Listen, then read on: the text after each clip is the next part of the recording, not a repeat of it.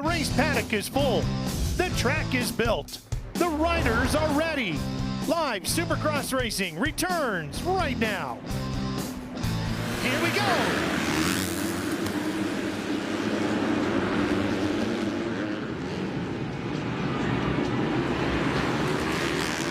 Sexton works the inside, and he will take the early lead from his teammate Jeremy Martin on the number 6. Sexton with that red number plate signifying that he is the points leader in the 250 East category. Yeah, definitely a great start, and he wants to set the tempo right here early. What I mean by that is he wants to get out front, set the stage.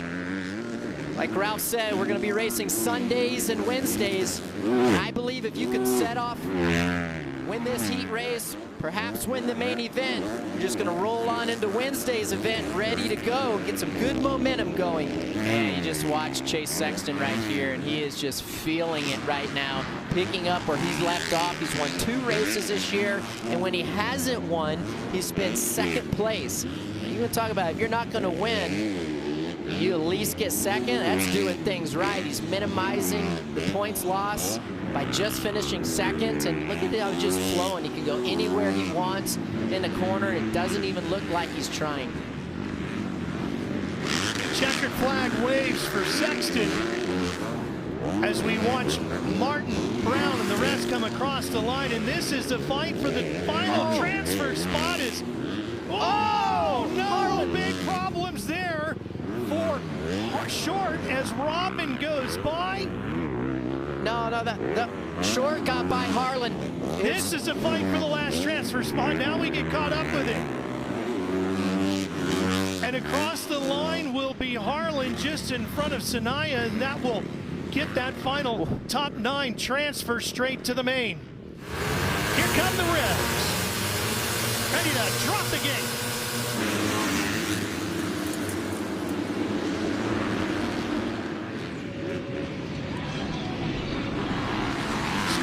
Through that first corner, and just like Sexton predicted, McElrath off to a good start, at least in his heat race for now. The man 2nd in points is leading his heat. And his teammate, Colt Nichols, right there behind him on the 13. 1-2 start. You gotta believe the nerves that all these guys have, especially Colt Nichols. First race back all season long.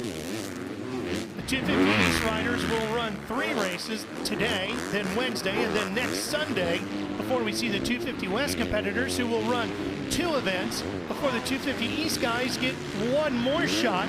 And then it's the East-West showdown in the final race here in Salt Lake City, which will bring the best top 20 from the East and the top 20 from the West together as they fight in that final championship Sunday. It's going to be quite an event. You'll see it, of course, all right here live on NBC Sports. Yeah, McElrath is 4th, near 4th flag. Yep. He'll take that win. And then Nichols right there with him. A great debut back to racing for Colt Nichols as he goes 1-2 with his teammate. Here they go. Kicking into gear. Here come the Revs. There goes the gate.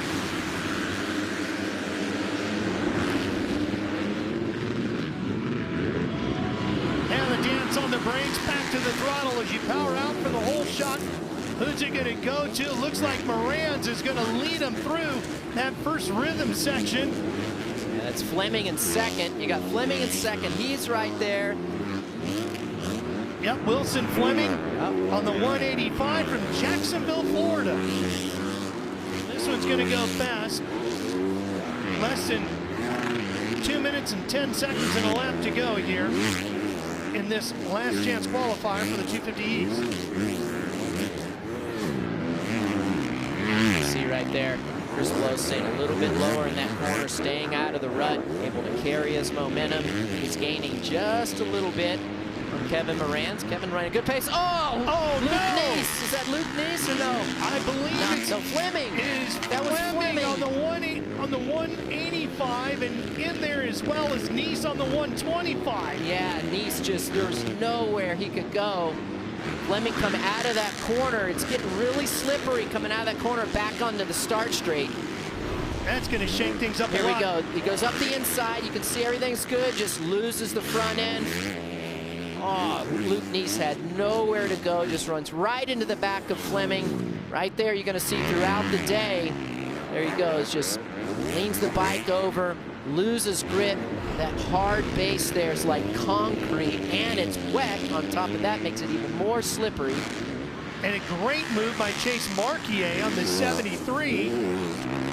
It's great to see. Whoa, look at Chris Blow's got a little far back on the bike through the whoops. Missed one, but was able to recover. He's always been really strong through the whoops. And coming from Amsoil Arena Cross Series, that was always one of his strong suits. It's even his strong suit here at Monster Energy Supercross. Well, the wind is picked up here at Rice-Eccles Stadium as Chris Blows bounces back from injury on the 450 at his home race to take the win here. 250 East Last Chance qualifier, the opening round within Salt Lake City. Morantz, Marquier, and Robin will join him as the 4 riders moving on to the main, and you can see the frustration of Lorenzo Lucurcio. Ready for the main. There is Chase Sexton, the current points leader. He told me earlier, I cannot allow Shane McElrath to get a good start and a win like he did at the season opener. He wants to deny him that here today, Ricky. And there's Shane McElrath. He needs to start here like he did in Tampa. Here we go, 250 East, main event.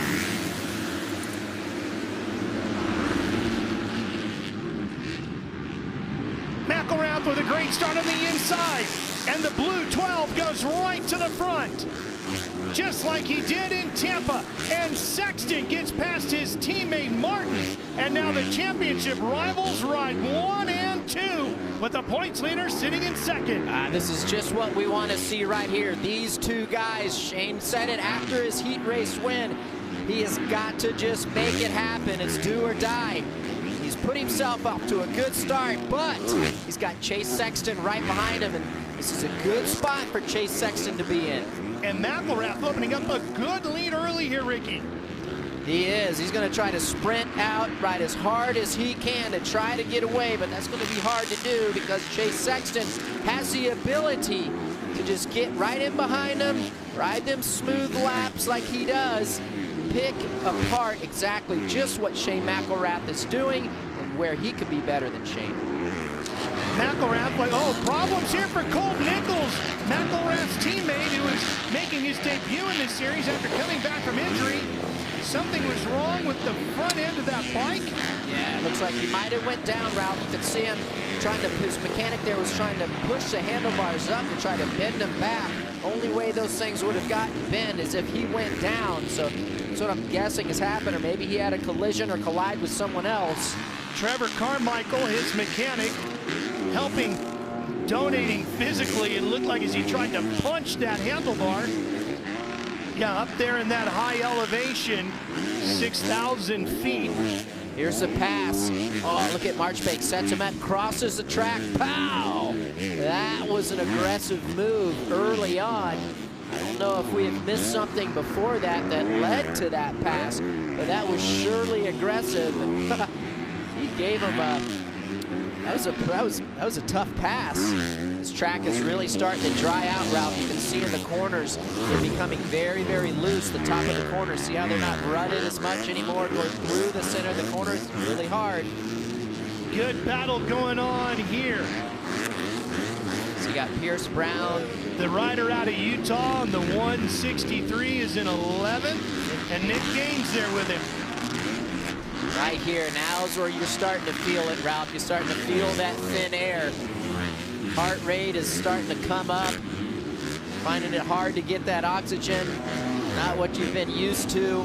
Well, you've been living in Florida. And you're feeling the heat too, Ricky, as it's starting to nudge up towards 90 degrees here on a bright sunny day in Salt Lake City. And Brown had crashed on the opening lap and has fought his way all the way up here to 11th. Oh, Pierce Brown and Shimoda got together. It goes sideways. He gets lucky. Oh, he doesn't. Oh, and that's how Nichols bent his handlebars.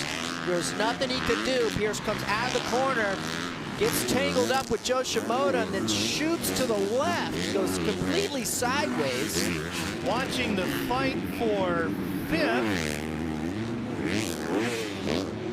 Although it says Pierce Brown on timing and scoring is in fifth. And these guys are really, these leaders are lapping up deep into the field. They've already put all except 5 riders a lap down. Next guy in front of McElrath to go lap down would be Pierce Brown. That's just to show you how many laps they are able to do and just how fast they're going. Mark. Yeah, a little slip there for the 73, Chase Marquier. Yeah, he slipped just a little bit, and I thought he was going to come down into Shane McElrath. But white flag is out. 1 more to go for Shane McElrath. This will be a huge win for McElrath. Just like the opener of the season in Tampa. What he can't have happen now, though, Ricky, is to slip backwards in the finishing order like he did in the next few rounds once we left Tampa. Well, that's right. He needs to keep the ball rolling, and he needs to take the confidence that he got from this win right here. Chase Sexton was in a perfect position to do everything he could do to beat Shane McElrath. Actually, in a better position to be able to pressure him. Wasn't able to do it. That was an awesome ride by Shane McElrath. Came right out of the gate drop, and a checkered flag for Shane McElrath. As he ties up the championship in 250 East, he'll take 3 points away with the victory over Chase Sexton and the rest of the field. There is Sexton. He was afraid that McElrath would get the jump out of the gate. He did, and away went those 3 points with the victory by McElrath. Get even more Supercross action with NBC Sports Gold. You're going to get everything from race day live to every qualifier and race. It's all live, it's commercial free, and it's on demand. So head to NBCsports.com/Supercross Pass to get yours now.